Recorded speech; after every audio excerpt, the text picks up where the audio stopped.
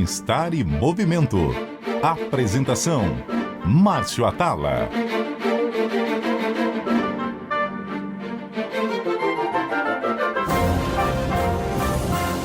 Olá, ouvintes da CBN. O Bem-Estar em Movimento de hoje vai falar da relação entre pais e filhos nos dias de hoje.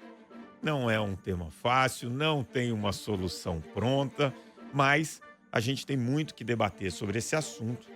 E para isso eu recebo uma especialista no assunto, que é a Cristina Faria. Ela é mãe da Júlia e ela também é especializada em psicopedagogia e arteterapia. Trabalha na formação de professores e atua como facilitadora em comunicação empática para pais e educadoras. Cris, seja muito bem-vinda. Obrigada, é um prazer estar aqui. Prazer todo meu. Cris, eu estou curiosaço em relação a essa comunicação empática para pais e educadores. Como que funciona exatamente essa comunicação? A primeira coisa que a gente precisa pensar são os nomes, né? Comunicação e empática. Comunicação precisa de duas pessoas. Então, quando a gente fala em comunicação entre pais e filhos e educadores e alunos, a gente está falando numa escuta também. Então, eu acho que o mais importante na comunicação empática é que os pais e educadores escutam as crianças e os alunos. Que era coisa que na nossa época não tinha. O pai falava pronto, a mãe falava e acabou, e o professor falava e acabou. Né? Então, acho que a primeira parte dessa comunicação empática é a importância da escuta do que está acontecendo com essa criança. Porque os pais, muitas vezes, eles estão preocupados mais com a correção. Sim, vamos corrigir. Mas tem um caminho anterior a isso, que aí entra a empatia. O que está acontecendo com aquela criança? Por que ela deu um tabefe no irmão, entendeu? No coleguinha, né? O que a gente vai chegar como professor e como pai? Não pode bater, não pode bater. Tem razão. E assim, é um erro. Muitas pessoas pensam que comunicação empática é muito permissiva, muito pelo contrário. Ela é bastante assertiva, porque ela envolve a criança na conscientização do que está acontecendo ali. Por exemplo, nessa questão de bater no coleguinha. Por que ele bateu no amigo? Ele bateu no amigo porque ele quer aquele brinquedo? Ou ele não quer aquilo que o amigo pegou dele? Uhum. Né? E, vou dar um exemplo real que aconteceu esses dias. Eu estou atendendo uma família e o menino está mais agressivo na escola. 5 anos. E aí, agressivo, né? Dá um empurrão, enfim.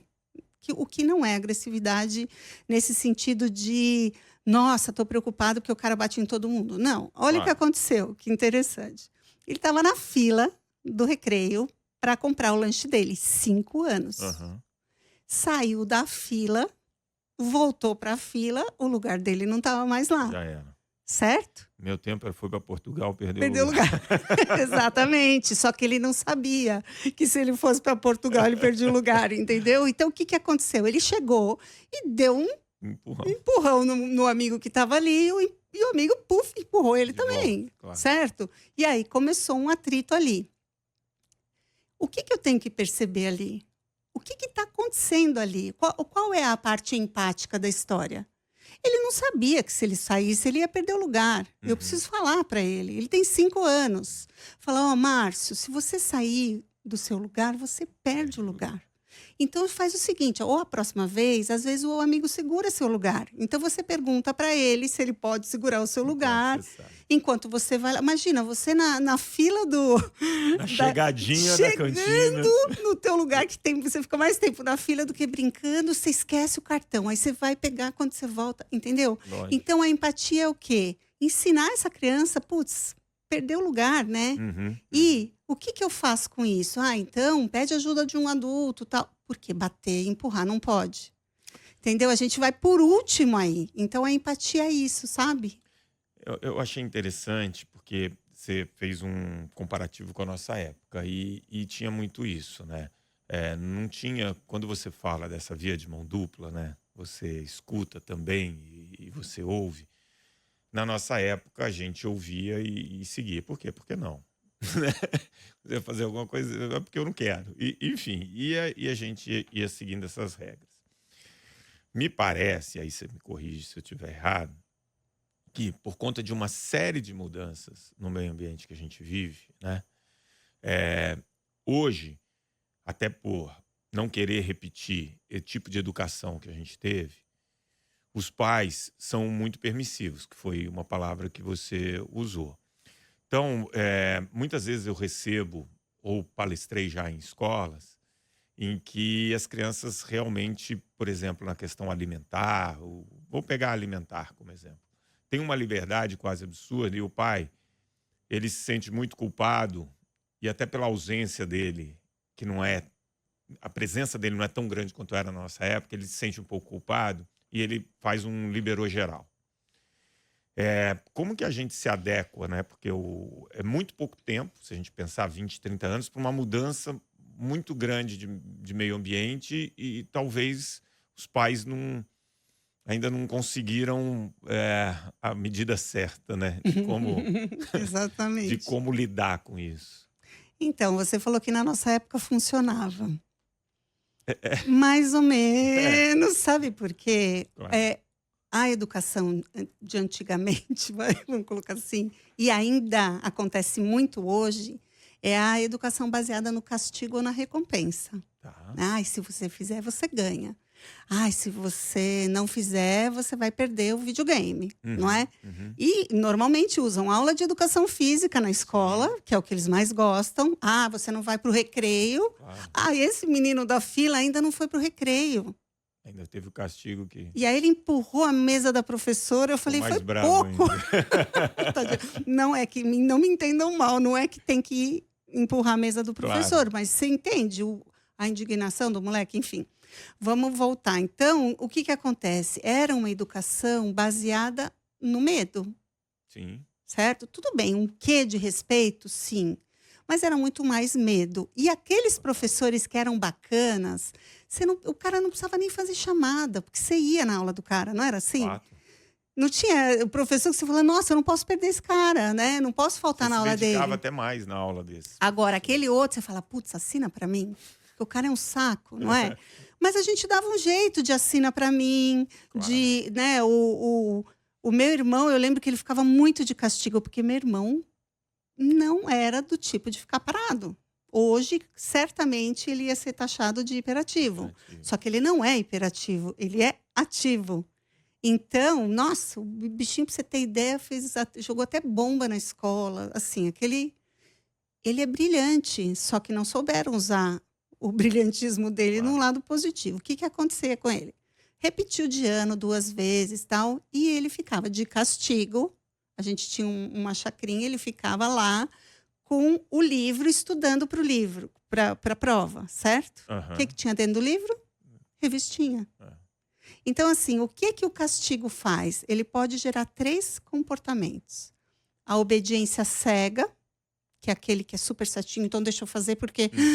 que também não é libertador para ele, né? Porque ele não está sendo autônomo, ele está sendo regulado de fora, pelo medo, ou fazer escondido, ou se revoltar. Tá. Então, o que está acontecendo agora? A gente sabe que não funciona. Mas o que eu ponho no lugar? Isso é desesperador para os pais, porque eles falam, como é que eu faço isso? Como colocar limite? Então, como colocar limite? Desde pequeno, né? Eu acho que o limite, ele começa também na nossa disponibilidade de estar com a criança. Porque era o que a gente estava comentando aqui antes de começar. Para eu tirar o videogame, ou para eu tirar a televisão, eu tenho que colocar alguma coisa no lugar. O que eu vou colocar? Eu vou colocar minha presença, eu vou colocar brincadeira, eu vou colocar uma série de coisas que vão me ensinar também a me autorregular. Quando você está numa brincadeira que tem regras, tem regra. Não dá para você pular, andar 6 casas se no dado saiu 2. Entendeu? Não dá para fazer isso. Então, o que acontece? Na brincadeira, nas coisas do dia a dia, a gente vai passando os valores das coisas. E sim, se chegar uma hora que, não é castigo, mas é perder a oportunidade de fazer aquilo. Vou dar um exemplo. A criança está riscando na parede. E você fala para ela, lugar de desenhar é no papel. Porque isso é outra coisa que a gente vai ver também. Na comunicação empática, a gente dá informação. Não risca a parede. Não, lugar de desenhar é no papel. Parede não é lugar de desenhar. Ok? Aí a criança te olha, ela não está entendendo direito o que está acontecendo, ela vai lá, desenha de novo. Então, o que você pode fazer? A mamãe vai guardar as suas canetinhas, porque não é para desenhar na parede. Quando você quiser desenhar no papel, você me fala que eu te dou. Entende? É uma forma de eu colocar um limite. Não vai desenhar na parede. Parede não é lugar de desenhar. Mas o que eu faço com essa canetinha? O que eu posso fazer no lugar? Né? Então, muitas vezes, os pais querem dar um limite para a criança ficar ali, quietinha, sentadinha, enquanto eu estou fazendo outras coisas. Não vai ficar, né? Você precisa dar uma outra coisa para ela fazer, uma outra possibilidade, porque a gente só trabalha com o que não pode fazer. Outro pai que eu estava atendendo, ele mordia a amiga quando ela ia lá. Aí ele fala, antes de chegar, ele falava assim, falava o nome dele, né? O Márcio. O Márcio não vai bater e o Márcio não vai morder. Ele falava isso dele mesmo. Aí chegava, puf, mordia. Ele não queria morder, ele não queria bater. Ele sabia que não era. Aí eu perguntei pro pai, por que ele está mordendo a menina? Ele falou, não sei. Eu falei, então, a primeira coisa que você vai fazer, você vai observar o que está acontecendo. Aí ele foi lá, ele falou, ai, Cris, tem uns brinquedos que ele não quer emprestar. Ele tem o direito de ter brinquedos que ele não queira emprestar. Só que ele só vê na hora que não pode emprestar, que a menina está ali. Então, o que eu vou fazer? Como pai adulto, detentor do saber daquele momento, vou falar, ai, estou percebendo que tem um brinquedo aí que você não está querendo emprestar, né, Márcio? Eu não quero emprestar esse microfone porque é preferido, foi a minha mãe que me deu. Ah, entendi. Então você não quer emprestar. Tá, então vamos ver, quando a Vitória vir aqui, que brinquedos ela pode brincar? Porque morder, filho, não pode. De jeito nenhum. Você machuca ela. Não pode morder. Tem todo um processo aí. Você entende que o parar de morder é o final da corda? O que está acontecendo aqui? Ela está pegando meu brinquedo, eu não sei falar. Ela arranca da minha mão e eu taco uma mordida nela. Tudo que você falou, assim, para mim, né, faz muito sentido. Só que o que eu observo? Que isso demanda dedicação, demanda tempo dos pais. E eu percebo isso muito na observação, que hoje, com tanto estímulo, com tanta coisa, esse pai, ele não dedica essa presença, esse tempo, para ter esse tipo de conversa. E aí ele acaba... Você falou uma frase interessante, você falou, a criança é agitada. A criança é agitada. A criança é assim. Você largar a criança, não aguenta ficar atrás dela. A gente cansa, né? Porque eles têm uma energia absurda. E aí você tenta suprimir isso, né? Já que você não está presente para ter esse tipo de conversa, para descobrir o que está acontecendo e para proporcionar outras vivências, você entrega uma tela. Né? E isso é cada vez mais comum. Então, trazendo um pouco a conversa para as minhas dores de bem-estar, né? de saúde, o que se observa hoje? O Brasil é o país com o maior número de crianças sedentárias no mundo. 83% das crianças não brincam 1 hora por dia. Cris, se a gente não brincasse 1 hora por dia, na nossa época, é porque a gente estava de castigo. Né? 1 hora é muito pouco. Né? E as crianças não conseguem fazer isso hoje. Recorde de depressão, ansiedade, tudo em criança. Então, como que a gente lida com isso, né? Com a facilidade, porque o ser humano quer facilidade. Se eu tenho a facilidade de entregar um celular e resolver meu problema, eu entrego. Mas isso tem uma consequência absurda na vida dessa criança. Então, como convencer um pai, uma mãe, de dedicar esse tempo para a criança?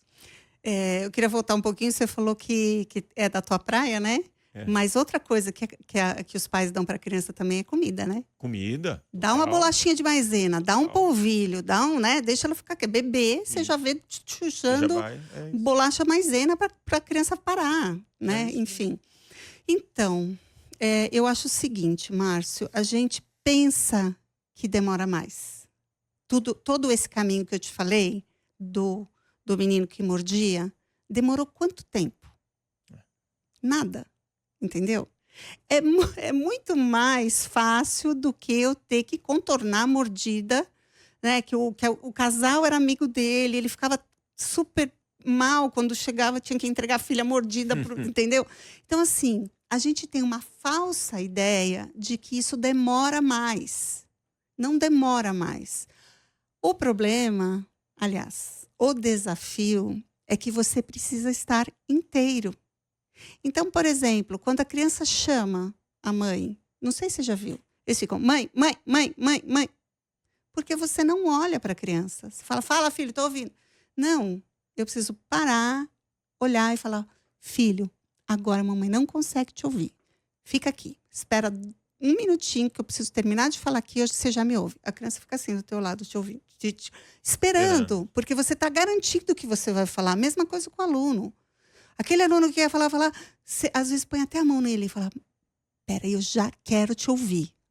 Pera, eu quero te ouvir. Segura aí, que eu estou ouvindo o fulaninho, você é o próximo. Então, assim, o que você tem que fazer? Você tem que perceber o que está acontecendo. Então, a gente acha que é mais fácil dar uma tela para a criança. Aconteceu outro caso. Eu adoro contar caso porque fica super ilustrativo. Claro. Tem um casal que eu estou atendendo e o pai veio e falou assim, ela tá 1 ano e meio, fissurada em bailarina. Aí eu ponho o vídeo da bailarina dançando, dançando, dançando. E ela só quer ver esse vídeo, ela não sai dessa televisão. Eu falei, pega o tema. Ela tá alucinada com bailarina? Dança balé com ela. Né? Depois eu vou te mostrar. Ele colocou, porque é com música clássica que a bailarina que ela vê, ela gosta, né? Ele colocou música clássica para a bichinha dançar. Você vai ver, eu vou te mostrar. Ela dançando, ela ficou, sei lá, acho que uns 20 minutos dançando. Ele queria que ela saísse da TV, só que o que eu vou promover para ela? Uma criança de 1 ano e 7 meses, vou falar, não pode ver TV? Tá. Não, eu quero ver. Então, para sair das telas, eu preciso oferecer coisas do interesse da criança.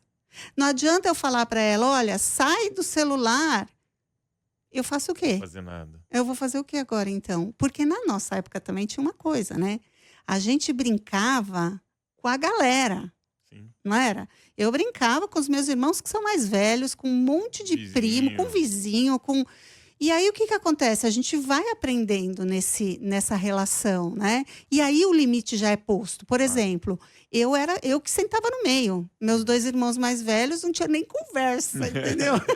A janelinha era deles. Então, assim, tem essa autorregulação entre as crianças. O problema é que agora não. Agora, primeiro, que as pessoas estão tendo menos filhos.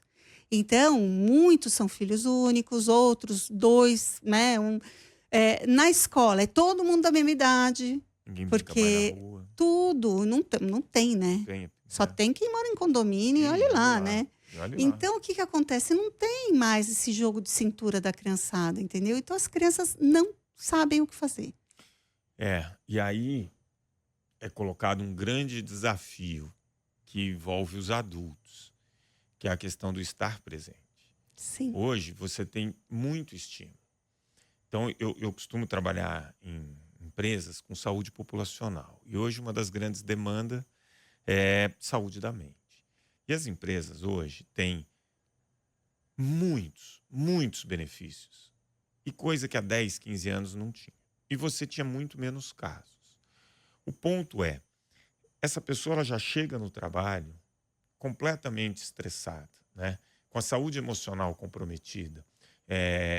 Ela é exposta o tempo inteiro a uma quantidade de informações surreal. E ela não consegue colocar as travas de tempo que eu estou na minha casa e vou me dedicar à minha família. Aqui eu vou sair com meus amigos, aqui eu estou no trabalho. Não. Você ficou 100% disponível o tempo inteiro por causa de uma tela e você não consegue estar presente. Né? Você está conversando com uma pessoa, a coisa que mais me irrita eu estar conversando com uma pessoa e ela está digitando alguma coisa. Você fala, quando eu dou palestra, um termômetro se minha palestra é boa ou não, é se eu vejo na audiência ali, se o cara está no celular. Se está no celular, eu não estou conseguindo segurar essa palestra. Né?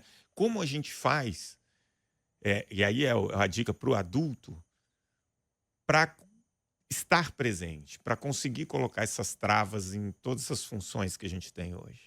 É um exercício, né, Márcio? Assim, o próprio, esse próprio curso de comunicação empática que eu dou, ele faz essa tomada de consciência.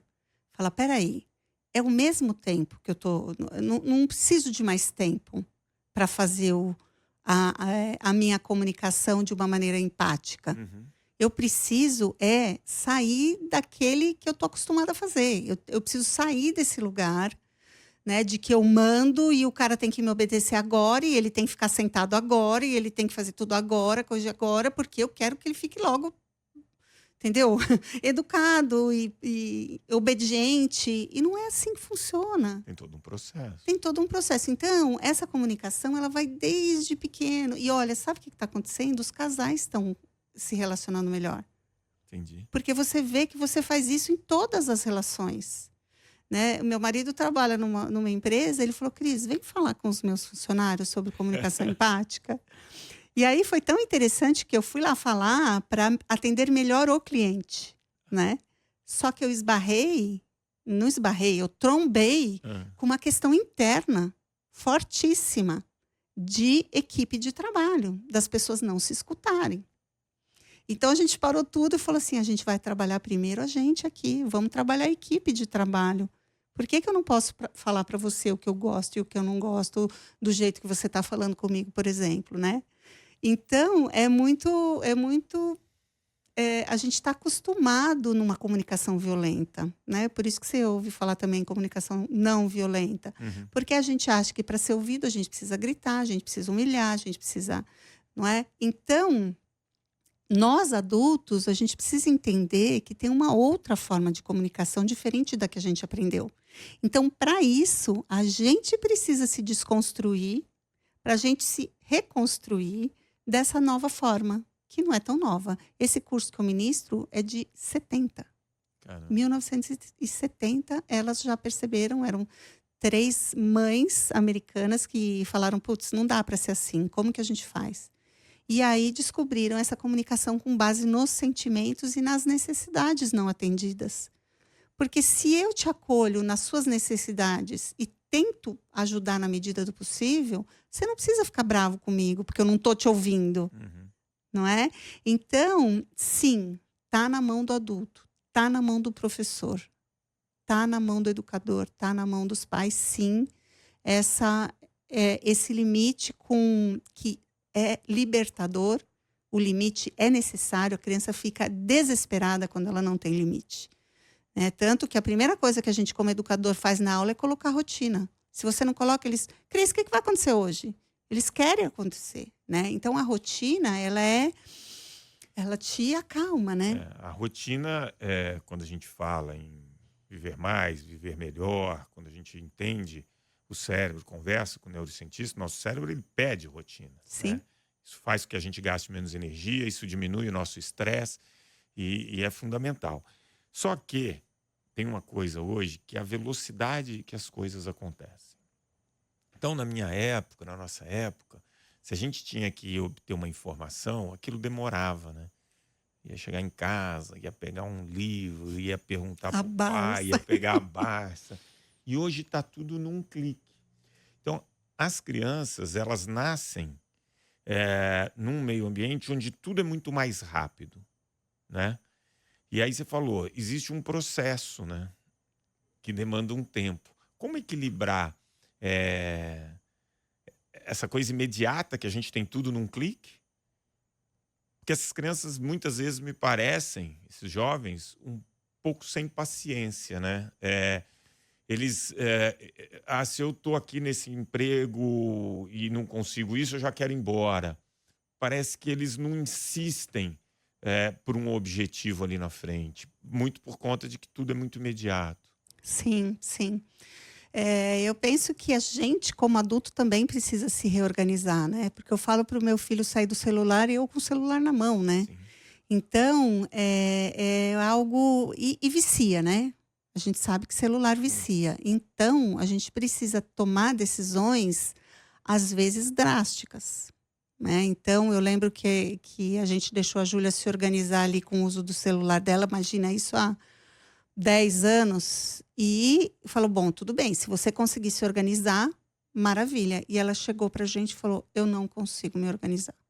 Eu não consigo parar de usar o celular, eu preciso da ajuda de vocês. Ela falou, Falei, ok, então como que a gente vai fazer? Porque uma das estratégias da comunicação empática é a resolução de problema. Então, isso faz também com que a criança se envolva mais em respeitar o que foi combinado. Porque hoje também a gente tem aquele discursinho, né?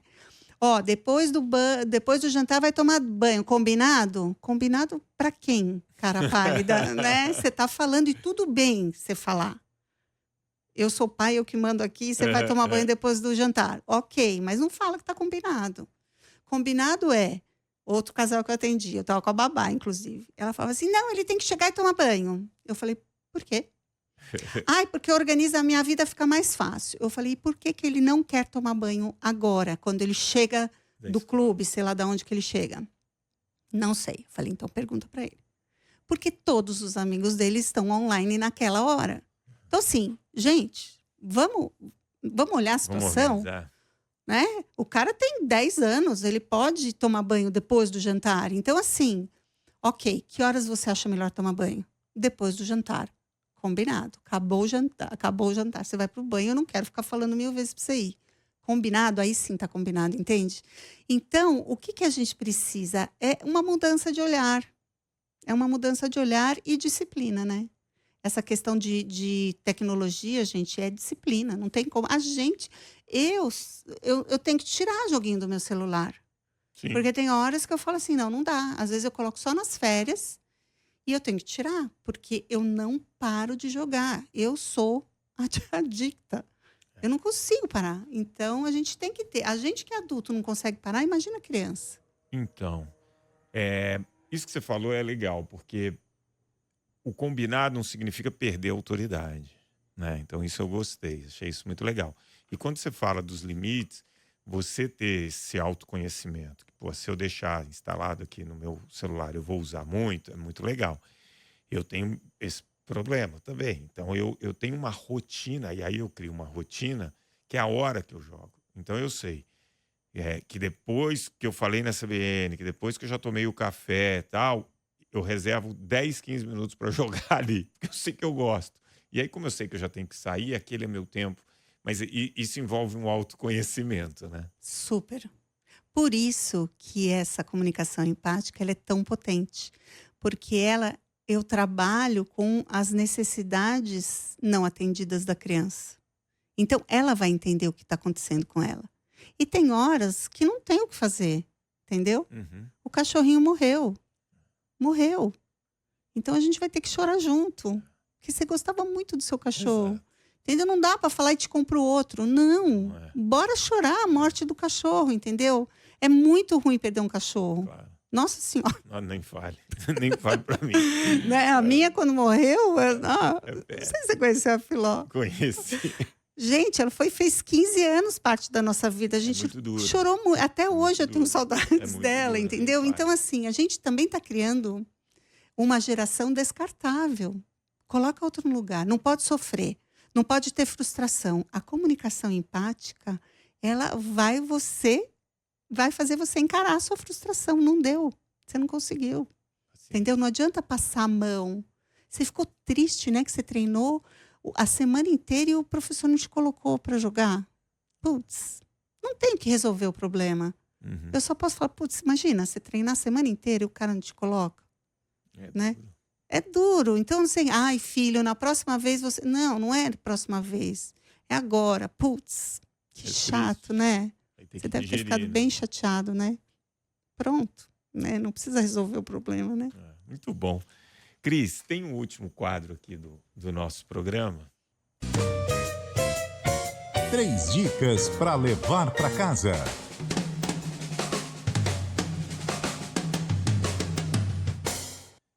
Nossos ouvintes, tenho certeza que adoraram esse papo. Tempo, a gente podia ficar muito mais tempo falando sobre esse assunto. Queria que você desse 3 dicas para trazer mais harmonia nessas relações dentro de casa, pais e filhos, enfim. Como melhorar, 3 dicas bacanas. A primeira é olhar para a criança. Olhe para ela quando você fala com ela. Esvazia, né? A escuta também, né? Se esvazia para ouvir o que ela tem para dizer. Porque muitas vezes a gente ouve cheio de coisas já aqui para responder, para fazer, para falar, blá, blá, blá. Olha, escuta, né? E perceba que a sua criança, ela não é um problema. Porque muitas vezes a gente fala, ai, meu filho é desorganizado, meu filho é um problema. Não. O seu filho não é um problema, o seu filho não é desorganizado. Ele precisa de ajuda para se organizar, né? Então, 3 dicas. Olhar de verdade, né? Observar o que está acontecendo com ele. Escutar o que ele tem para te dizer, sem pressa. E terceiro, focar na situação e não na criança. Então, é o quarto que está desorganizado, não é você que é desorganizado, entende? Então, isso é muito legal. A gente... eu tenho muito para falar, porque eu amo isso. Vamos ter que voltar. Cris, super obrigado. Foi uma delícia esse bate-papo. Tenho certeza que quem escutou está repensando a maneira de se relacionar, seja, que nem você falou, com os filhos, com o marido, no trabalho, desenvolvendo essa relação mais empática. Super obrigado. Eu que agradeço. O Bem-Estar em Movimento de hoje vai ficando por aqui. Se você gostou do nosso bate-papo, compartilhe com seus amigos, baixe agora mesmo e ouça o podcast, que já está disponível em todas as plataformas de áudio e no aplicativo da CBN. O programa de hoje teve a produção da Joana Cafuri, do Bruno Teixeira, a edição do Rafael Furugem e os trabalhos técnicos do Daniel Mesquita. Bom fim de semana e grande abraço. Bem-Estar e Movimento. Apresentação: Márcio Atala.